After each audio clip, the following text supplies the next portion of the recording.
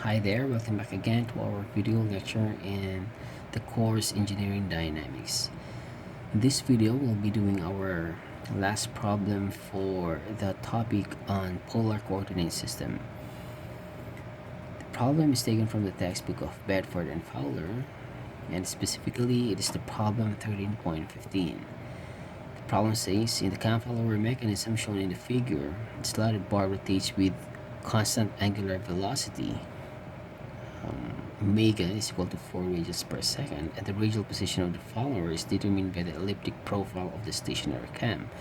The path of the follower is described by the polar equation given here. So this is our cam and follower mechanism.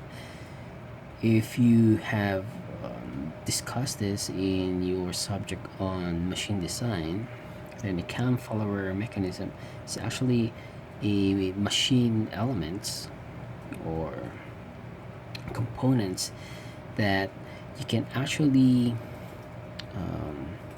design your own motion. So this follower depends on the geometry of your cam.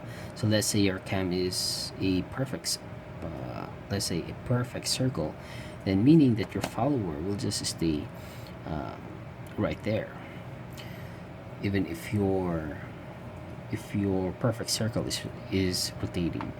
But if you have this kind of geometry, then meaning that at different angles you're going to have different heights for this follower.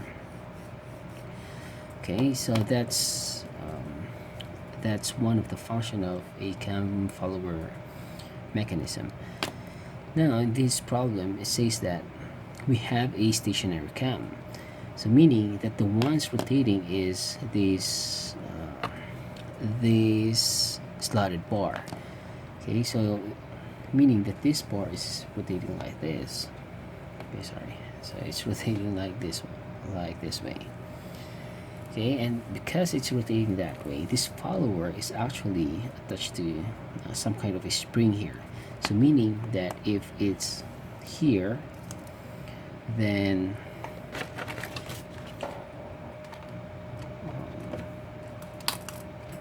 let's try to draw. And for example, your slotted bar is right here. I don't know, it must be the same. So let's say it's right here. Then your follower would be at this point.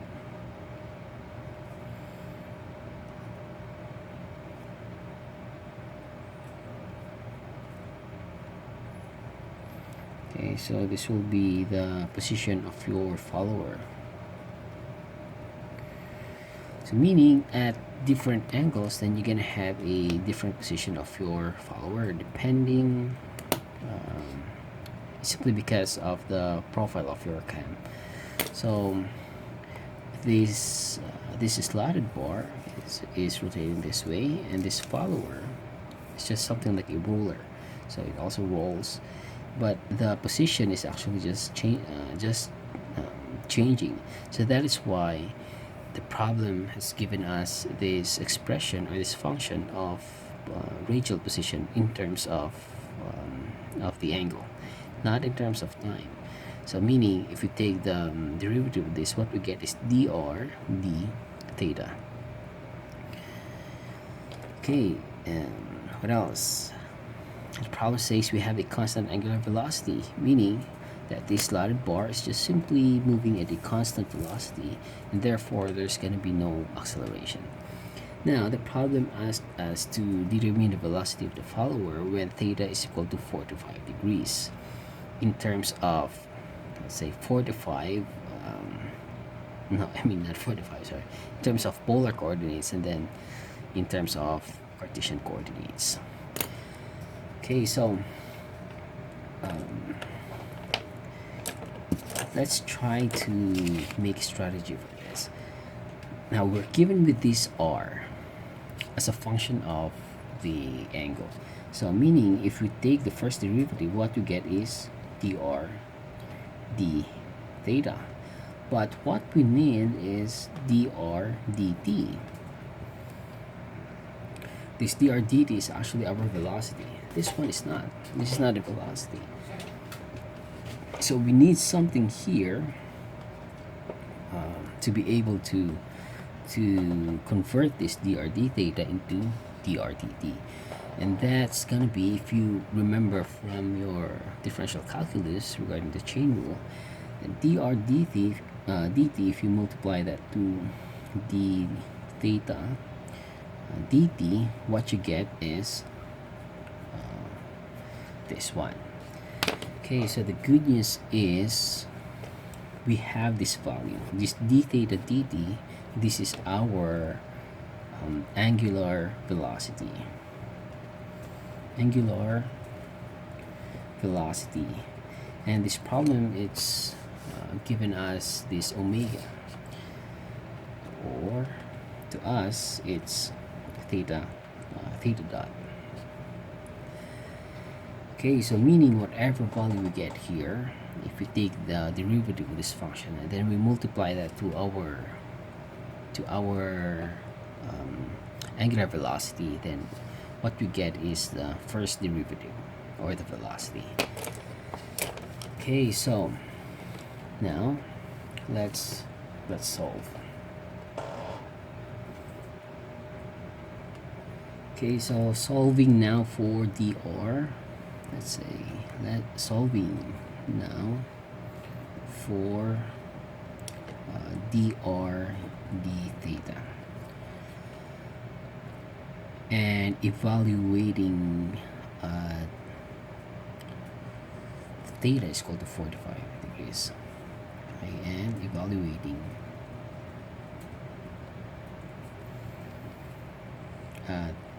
theta is equal to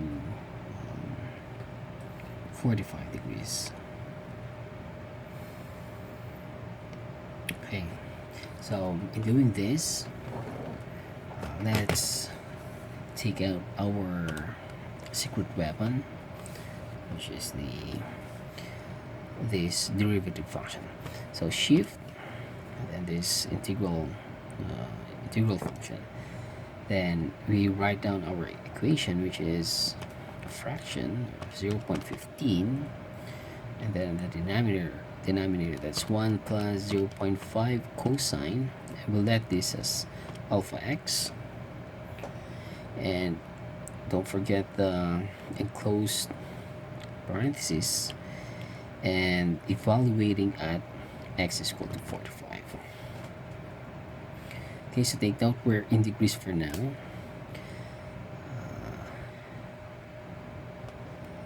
Okay, this one is in degrees. Now, as in our previous example, we used the radians. But here, since we are given one is given in degrees and one is in radians, then we just have to convert one to the other. So let's say we are going to deal with degrees first. Okay, so this is our r value. So dr, say dr d theta is just simply evaluated at theta is equal to 45 degrees. Then our answer is 5.052 times 10 to the negative 4. Now, if we solve for dr dt, then, or let's say r dot. So r dot is just simply this one, dr d theta times our angular velocity, which is 4 radians per second, but we have to convert this. So 4 times this is radians, so times 2, no sorry, this must be 360 all over 2 pi. Okay, so times 4 times 360 divided by 2 pi. And what we get is an r dot of 0.116. Okay, that's in meters per second. Okay, now we have this r dot. Then we have to solve for, because we are asked to find the velocity, and this velocity component has the radial component and angular component. So we have to find the theta dot. Oh no, not the theta dot. We have to find this v theta. This is just r the radial distance times this theta dot. Okay. By the way, this theta dot is the angular velocity, while this one, it's the velocity along the angular axis, but it's not the same thing, right? So that's why we have to multiply this to r. Okay, so I remember that sometimes I call this as angular velocity, but actually what I meant by that is this one is the velocity along the angular axis, and the unit of this one, okay, the unit of this one should be in meters per second, while this angular velocity, this theta dot, this is one is in radians per second. Okay, so they're not the same thing. Sometimes I also use this. I also call this angular velocity. Okay, so I'm sorry with that. Okay, now we have to find this this radial position evaluated at theta is equal to 45 degrees. So first, let's solve for r. So r evaluated at let's say 45 degrees. What we get is simply 0.15 all over 1 plus 0.5 cosine 45. And what we get is 0.1108. Okay, so that's example, and then we multiply that to 4 radians. But then again, it has to be converted to degrees. So times 4 times 360 divided by 2 pi. Oops, sorry. Again, let's do that again. So we have this 0.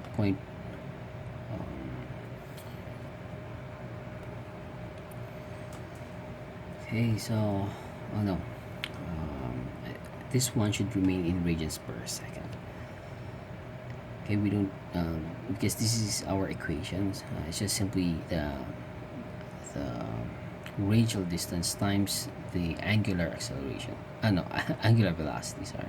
So angular velocity, that's in radians per second. We don't need to convert this one. Okay, so that's 0.1108 times 4.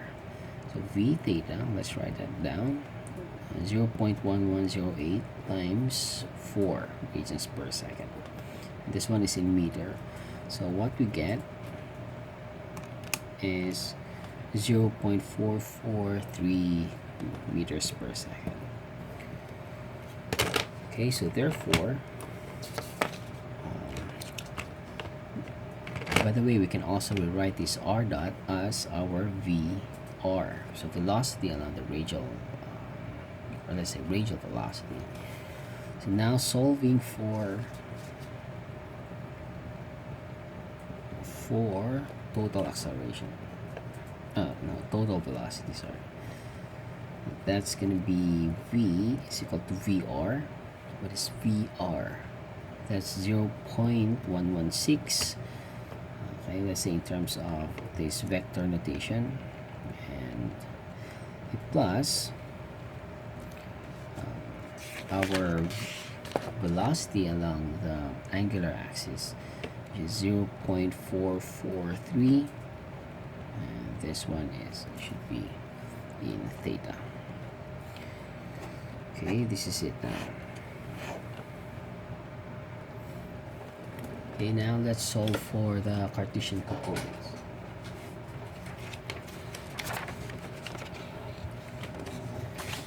Okay, before that we'll write, or we'll draw this this figure. We have this one. Let's say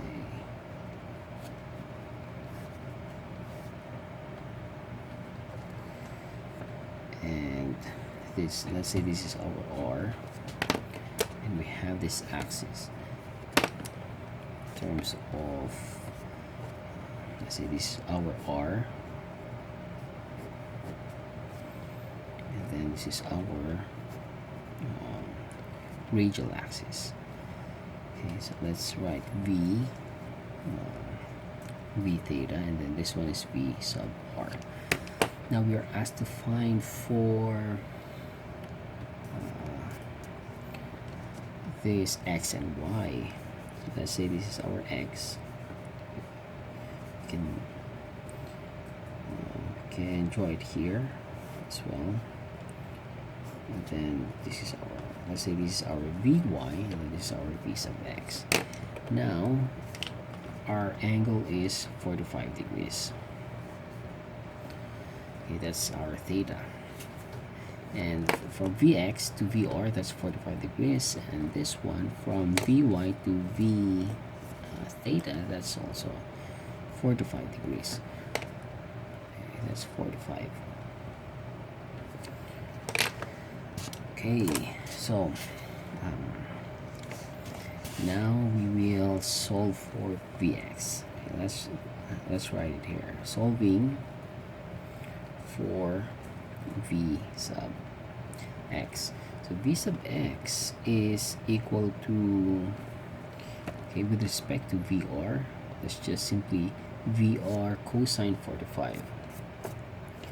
Just simply Vr cosine 45 minus V theta.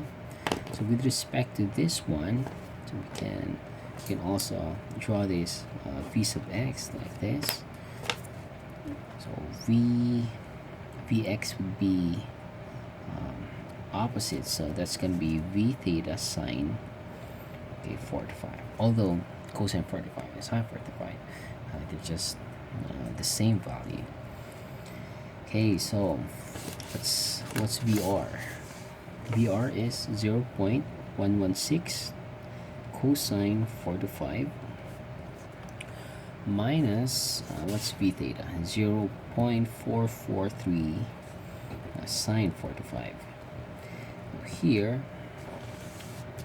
the answer would be 0.116 cosine 45, okay, minus 0.443 sine 45. The answer is negative 0.231. Negative 0.231. Okay, and for solving for V sub Y, it's gonna be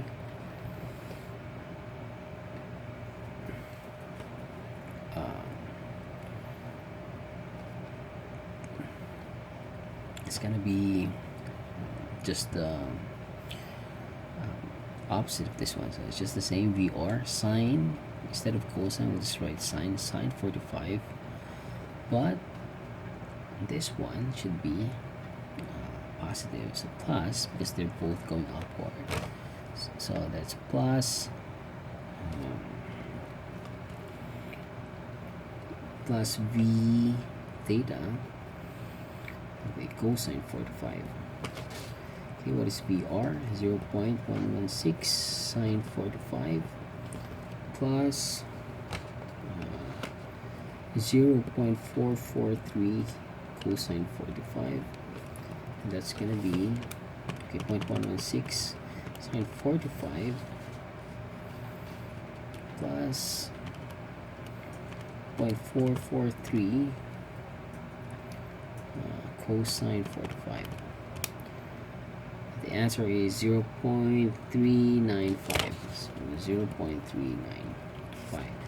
Therefore, we can write v in terms of vector notation.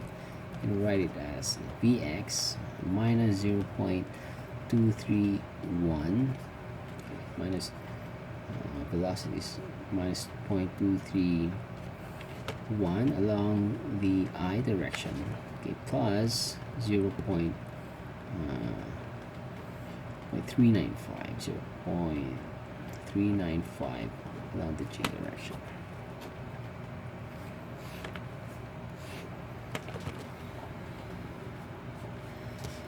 Okay, so now let's do a review of our solution. Now, the problem is given us this equation of radial position with respect to or as a function of the angle. So what we did is we used the chain rule so that we can find this dr/dt, since we are already given with this angular velocity of 4 radians per second.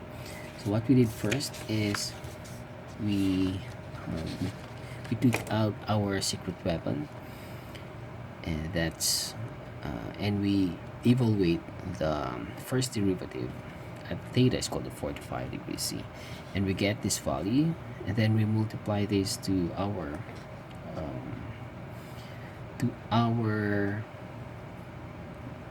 angular velocity of 4 radians per second. But here we have to be consistent with the units, because one is given in terms of degrees while the other is in terms of radians, and we just have to be consistent with that. Okay, and what we get is VR is equal to 0.116. Then we solve for the velocity component along the angular axis. Okay, and by the way, as I have said, that sometimes I miscall this as the angular velocity, but actually what I'm referring to is the velocity along the angular axis, and it's different from this one. This theta dot is in radians per second, while this v sub theta, that's in meters per second. Okay, so now we solve this one. We solve first for r using this equation, but we use theta. We evaluated at theta is equal to 45 degrees, and we get this value 0.1108. Now we use our equation, this equation, we just multiply that by 4, and we get this. Okay, so solving now for our total velocity using the polar coordinate systems, this is going to be the equation in vector form. Okay, and then we solve for v sub x. Since we are given with this angle, then we can actually solve for v sub x and v sub y. So v sub x using the trigonometric relationship, and what we get is negative 0.231, that's meters per second. Okay, and then solving for v sub y, we get 0.395 meters per second, and we just express it in terms of the vector notation. So there are still other types of problem, like for example, instead of you're given with this let's say r value, or maybe you're given with velocity and acceleration, and you have to find this you have to find the angular position or radial position. So just be ready with those type of questions, but the principles, they're just actually the same. Okay, so in our next topic, we'll be skipping the relative motion, and we'll move and we'll move on to our next topic on kinetics of point mass. So in that video lecture, we now have to take account of the forces that causes the motion. Okay, so see you in the next video.